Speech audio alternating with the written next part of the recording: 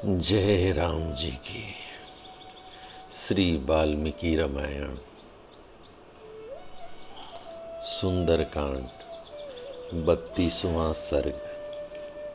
सीता जी का हनुमान जी से तर्क वितर्क। तब शाखा के भीतर छिपे हुए विद्युत पुंज के समान अत्यंत पिंगल बण वाले और श्वेत वस्त्रधारी हनुमान जी पर सीता जी की दृष्टि पड़ी। फिर तो उनका चित्त चंचल हो उठा। उन्होंने देखा फूले हुए अशोक के समान अरुण कांति से प्रकाशित एक विनीत और प्रियवादी बानर डालियों के बीच में बैठा है। उसके नेत्र तपाए हुए सुवर्ण के समान चमक रहे हैं। विनीत भाव से बैठे हुए बानर श्रेष्ठ हनुमान जी को देखकर मिथिलेश कुमारी को बड़ा आश्चर्य हुआ। वे मन ही मन सोचने लगीं, अहो, बानर योनि का यह जीव तो बड़ा ही भयंकर है। इसे पकड़ना बहुत ही कठिन है। इसकी ओर तो आंख उठाकर देखने का भी साहस नहीं होता। ऐसा विचार कर वे पुनः भय से मूर्छित सी हो गईं। भय से मोहित हुई भामिनी सीता अत्यंत करुणाजनक स्वर में हा राम हा लक्ष्मण ऐसा कहकर दुख से आतुर हो अत्यंत विलाप करने लगीं। इस समय सीता मंद स्वर में सहसा रो पड़ी। इतने ही में उन्होंने देखा वह श्रेष्ठ बानर बड़ी विनय के साथ निकट आ बैठा है।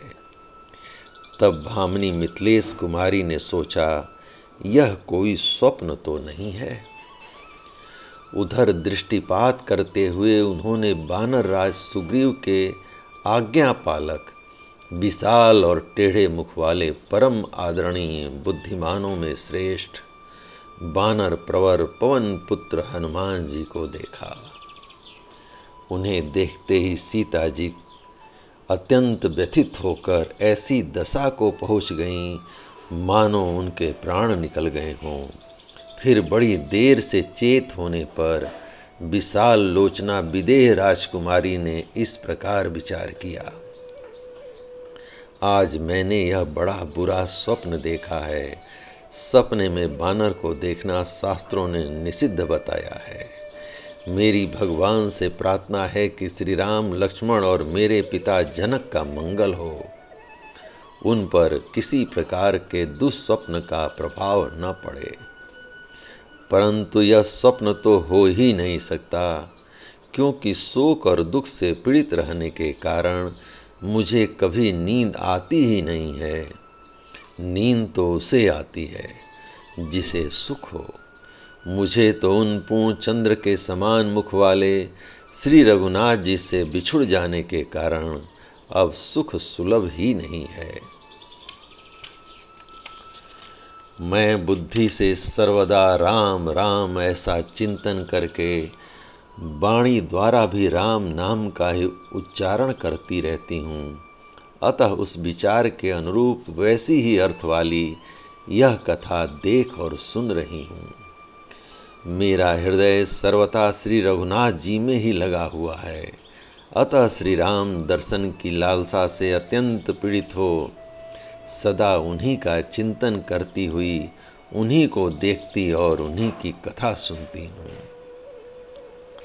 सोचती हूँ कि संभव है यह मेरी मन की ही कोई भावना हो, तथापि बुद्धि से भी तर्क वितर्क करती हूँ कि यह जो कुछ दिखाई दे रहा है इसका क्या कारण है।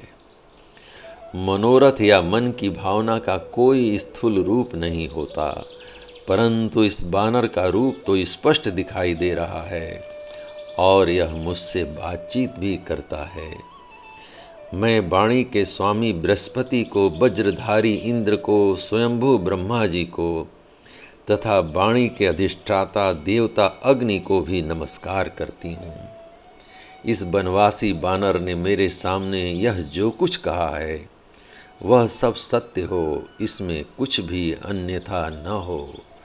जय राम जी की। इस प्रकार श्री वाल्मीकि निर्माण आर्ष रामायण आदि काव्य के सुंदर कांड का यह 32वां प्रसंग प्रभु श्री राम की कृपा से संपूर्ण हुआ। जय राम जी की।